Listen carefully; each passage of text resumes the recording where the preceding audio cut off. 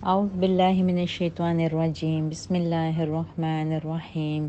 رب اشرح لی صدری ویسر لی امری واحلل عقدۃ من لسانی یفقہوا قولی اللہم فقہنا فی الدین۔ السلام علیکم ورحمۃ اللہ وبرکاتہ۔ اللہ تعالیٰ کے فضل و کرم سے ماہ رمضان المبارک کا آغاز ہونے والا ہے، اس لیے ہم سب کو اللہ تعالیٰ کا شکر ادا کرنا چاہیے کہ اس نے ہمیں زندگی میں ایک بار پھر یہ مبارک مہینہ نصیب فرمایا۔ ماہ رمضان مبارک کا پانا ایک بہت بڑی نعمت ہے۔ حضرت طلحہ بن عبید اللہ رضی اللہ تعالیٰ عنہ بیان کرتے ہیں کہ دو آدمی رسول اللہ صلی اللہ علیہ وسلم کی خدمت میں حاضر ہوئے اور دونوں نے بیک وقت اسلام قبول کیا۔ اس کے بعد ان میں سے ایک آدمی زیادہ عبادت کرتا تھا اور وہ اللہ کی راہ میں شہید ہو گیا، جبکہ دوسرا آدمی جو پہلے آدمی کی نسبت کم عبادت گزار تھا اس کی شہادت کے 1 سال بعد فوت ہوا۔ حضرت طلحہ رضی اللہ تعالیٰ عنہ فرماتے ہیں کہ میں نے خواب میں دیکھا کہ یہ دوسرا آدمی شہادت پانے والے آدمی سے پہلے جنت میں داخل ہوا ہے، اور جب صبح ہوئی تو میں نے یہ خواب لوگوں کو سنایا، جس پر انہوں نے تعجب کا اظہار کیا۔ چنانچہ رسول اللہ صلی اللہ علیہ وسلم نے ارشاد فرمایا، کیا یہ دوسرا آدمی پہلے آدمی کے بعد 1 سال تک زندہ نہیں رہا، جس میں اس نے رمضان کا مہینہ پایا، اس کے روزے رکھے اور سال بھر اتنی نمازیں پڑھیں؟ تو ان دونوں کے درمیان جنت میں اتنا فاصلہ ہے جتنا زمین و آسمان کے درمیان ہے۔ سبحان اللہ۔ اس حدیث میں ذرا غور فرمائیں کہ دو آدمی اکٹھے مسلمان ہوئے، ان میں سے ایک دوسرے کی نسبت زیادہ عبادت گزار بھی تھا اور اسے شہادت کی موت بھی نصیب ہوئی، جبکہ دوسرا آدمی پہلے آدمی کی نسبت کم عبادت کرتا تھا اور اس کی موت عام موت تھی۔ لیکن کیا وجہ ہے کہ یہ جنت میں پہلے داخل ہوا؟ اس کی وجہ یہ تھی کہ یہ آدمی پہلے آدمی کی شہادت کے بعد 1 سال تک زندہ رہا، اور اس دوران اسے رمضان المبارک کا مہینہ نصیب ہوا، جس میں اس نے روزے رکھے اور سال بھر نمازیں بھی پڑھتا رہا۔ تو روزوں اور نمازوں کی بدولت وہ شہادت پانے والے آدمی سے پہلے جنت میں چلا گیا۔ یہ اس بات کی دلیل ہے کہ رمضان المبارک کا پانا اور اس کے روزے رکھنا اللہ تعالیٰ کی بہت بڑی نعمت ہے۔ الحمدللہ۔ آئیے دیکھتے ہیں وہ چیزیں یا وہ کام جن سے روزہ نہیں ٹوٹتا۔ جن باتوں سے روزہ نہ ٹوٹتا ہو اور نہ مکروہ ہوتا ہو وہ یہ ہیں: تر یا خشک مسواک کرنا ہا و دن کے کسی حصے میں بھی ہو، سرما لگانا یا آنکھ میں دوا ڈالنا، سر یا جسم پر تیل ملنا، خوشبو لگانا، سر پر کپڑا تر کر کے رکھنا، خون دینا، ضرورت کے وقت ہنڈیا کا نمک چکھ کر فوراً تھوک دینا اور کلی کر دینا، صبح صادق کے بعد یعنی سحری کے بعد غسل جنابت کرنا، دن میں احتلام ہو جانا، خود بخود قے آ جانا ہاتھ تھوڑی ہو یا زیادہ، تالاب وغیرہ میں غسل کرنا بشرطے کہ غوطہ لگانے کی صورت میں ناک یا منہ کے ذریعے حلق کے اندر پانی نہ جائے، ناک کی ریزش کا اندر ہی اندر حلق کے راستے اندر چلے جانا، اس طرح کلی کرنا کہ غرارے کی حد تک نہ پہنچے۔ کلی کرنے کے بعد منہ میں پانی کی طریقہ تھوک کے ساتھ اندر چلے جانا، مکھی کا حلق کے اندر چلے جانا، منہ میں جمع شدہ تھوک کو نگل جانا، مگر ایسا نہ کرنا زیادہ بہتر ہے۔ مسوڑے کے خون کا تھوک کے ساتھ اگر اس کی مقدار تھوک سے کم ہو اندر چلے جانا، عورت کے کسی عضو پر نظر ڈالنے یا شہوت انگیز خیال سے انزال ہو جانا، بھول کر کھا پی لینا یا بیوی سے صحبت کر لینا،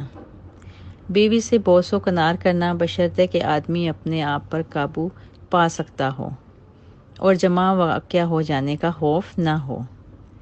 غبار ہاں آٹے کی چکی کا ہو یا دھوئیں یا مٹی کا اڑ کر حلق کے اندر چلے جانا،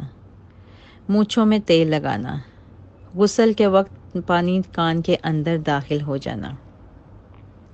دانت میں اٹکا ہوا گوشت اگر وہ ایک چنے کی مقدار سے کم ہو یا کسی اور غذا کے ریزے کا حلق کے اندر چلے جانا۔ اب وہ چیزیں یا وہ کام جن سے روزہ ٹوٹ جاتا ہے: قصدن جان بوجھ کر کچھ کھا پی لینا، خواہ کم ہو یا زیادہ، قصدن یا دانستہ جان بوجھ کر جمع کرنا، قصدن کہہ کرنا تھوڑی ہو یا زیادہ، حقہ بیڑی یا سگریٹ پینا یا پان کھانا، حیض ہو جانا چاہے افطاری سے 5 منٹ پہلے ہی کیوں نہ ہو جائے، اس سے روزہ ٹوٹ جاتا ہے، ناک میں اس طرح زور کے ساتھ پانی چڑھانا کہ خلق سے نیچے اتر جائے، یہ سمجھ کر کہ ابھی رات ہے حالانکہ صبح ہو چکی تھی، یا یہ خیال کر کے سورج غروب ہو چکا ہے حالانکہ غروب نہیں ہوا، کچھ کھا پی لینا یا جمع کرنا، سر یا پیٹ کے اندر کسی ایسے زخم میں دوا ڈالنا کہ دوا دماغ یا پیٹ کے اندر پہنچ جائے، طاقت کا انجیکشن لگوانا یا گلوکوز یعنی ڈرپ وغیرہ لگوانا، اس سے بھی روزہ ٹوٹ جاتا ہے۔ روزے کی قضا اور کفارہ دونوں لازم ہونے کی صورتیں، یعنی ایسی صورت کہ جس میں روزے کی قضا اور کفارہ دونوں ادا کرنے ہوں گے۔ روزہ توڑ دینے کی بعض صورتیں ایسی ہوتی ہیں جن میں قضا اور کفارہ دونوں لازم آتے ہیں۔ ایک روزے کے بدلے ایک روزہ رکھنا تو قضا کہلاتا ہے، اور روزے کے بدلے روزہ رکھنے کے علاوہ جرمانہ بھی ادا کرنا کفارہ کہلاتا ہے۔ اس کفارے کی شکل یہ ہے کہ آدمی ایک غلام آزاد کرے، اگر اس کے قابل نہ ہو تو 2 ماہ کے مسلسل روزے رکھے، اگر یہ بھی اس کی طاقت سے باہر ہو تو 60 مسکینوں کو کھانا کھلائے، اگر جنس دینا چاہے تو فی مسکین 1 مد جو یا گیہوں یا کھجور یا چاول دینا ہوگا۔ قضا اور کفارہ دونوں اس وقت لازم آتے ہیں جب کسی نے روزہ کی حالت میں دن کے وقت جان کر جمع کر لیا ہو یا کھا پی لیا ہو۔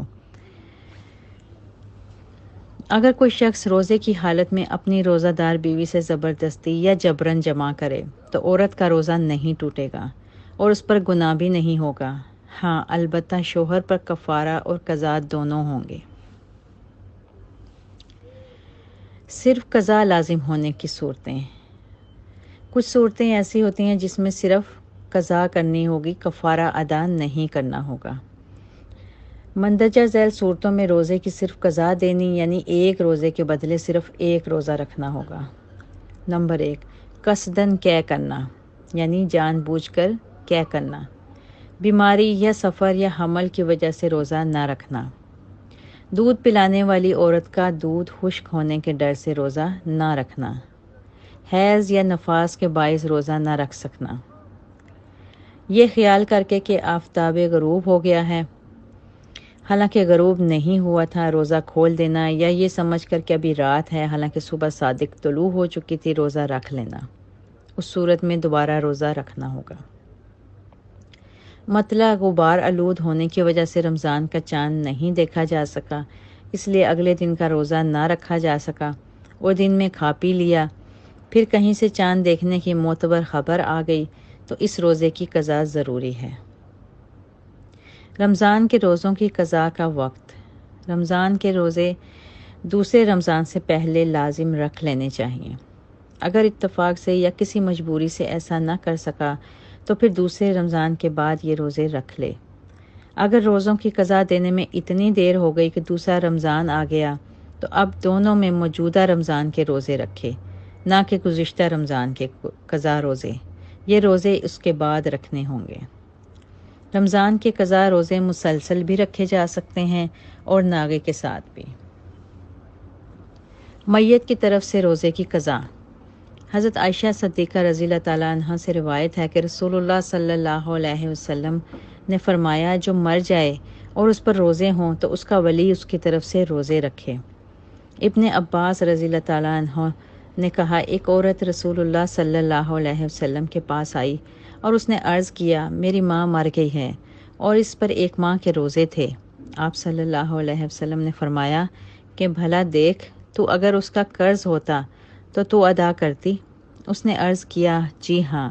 آپ صلی اللہ علیہ وسلم نے فرمایا کہ پھر اللہ تعالیٰ کا قرض سب سے پہلے ادا کرنا ضروری ہے۔ اگر کوئی شخص نیت کر کے سویا کہ میں کل روزہ رکھوں گا اور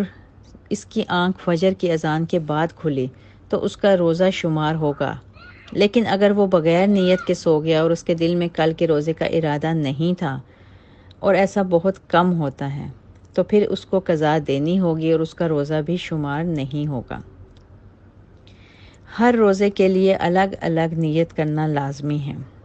ایسا نہیں کیا جا سکتا کہ رمضان کے شروع ہوتے ہی کوئی شخص اکٹھی تمام روزوں کی نیت کر لے، بلکہ ہر روزے کے لیے طلوع فجر سے پہلے دل کا ارادہ نیت کرنا ضروری ہے، کیونکہ روزہ ایک مستقل عبادت ہے اور ہر عبادت کے لیے نئی نیت لازمی ہے۔ اور حدیث میں آتا ہے کہ جس نے فجر سے پہلے روزے کی نیت نہیں کی، اس کا روزہ نہیں ہے۔ بوڑھے لوگوں کے لیے روزے کا مسئلہ۔ جو بوڑھے لوگ بڑھاپے کے باعث روزہ رکھنے کی قدرت نہ رکھتے ہوں یا روزہ رکھنے کی صورت میں اتنے کمزور ہو جاتے ہوں کہ ان کے لیے اٹھنا بیٹھنا مشکل ہو جاتا ہو، تو ان کے لیے اجازت ہے کہ روزہ نہ رکھیں اور ہر روزے کے بدلے میں ایک مسکین کو کھانا کھلا دیا کریں۔ بچوں کا روزہ۔ اس میں شک نہیں کہ رمضان کے روزے صرف عاقل اور بالغ لوگوں ہی پر فرض ہیں، نابالغ بچوں پر فرض نہیں ہیں، لیکن عادت ڈالنے کے لیے روزہ رکھوانا چاہیے، کیونکہ شریعت کے نزدیک عبادت کے کاموں سے بچوں کو بھی مانوس بنانا اور انہیں ان کی عادت ڈلوانا بھی ایک پسندیدہ بات ہے۔ پیارے نبی صلی اللہ علیہ وآلہ وسلم اور صحابہ کرام رضی اللہ تعالیٰ عنہ کے زمانے میں نابالغ لڑکے بھی روزے رکھتے تھے اور ان کے والدین ان سے روزے رکھوانے کی کوشش کرتے تھے۔ بچوں میں ایسے کم سن بھی ہوتے تھے جو بھوکے ہونے پر کھلونوں سے بہل جانے والے تھے۔ اس سے اس دور کے مسلمانوں کے دینی جذبے کا بھی اندازہ لگایا جا سکتا ہے۔ یقیناً کوئی بھی ماں اپنے بچے کو بھوک سے بلکتا نہیں دیکھ سکتی، مگر اس مبارک زمانے کی خدا شناس مائیں اس طرح کے منظر کو نہ صرف برداشت کر لیا کرتی تھیں، بلکہ اس کا وہ خود ہی اہتمام بھی کرتی تھیں، اور غرض صرف یہ ہوتی تھی کہ ان کی اولاد، ان کے بچے شروع ہی سے اس رنگ میں رنگنے لگیں جو اللہ کا رنگ ہے، صبغۃ اللہ، تاکہ آگے چل کر وہ ایک سچا مسلمان ثابت ہو۔ اللہ تعالیٰ سے دعا ہے کہ اللہ تعالیٰ ہم سب کو ان احکامات پر بہترین طریقے سے عمل کرنے والا بنائے، آمین۔ وما علینا الا البلاغ۔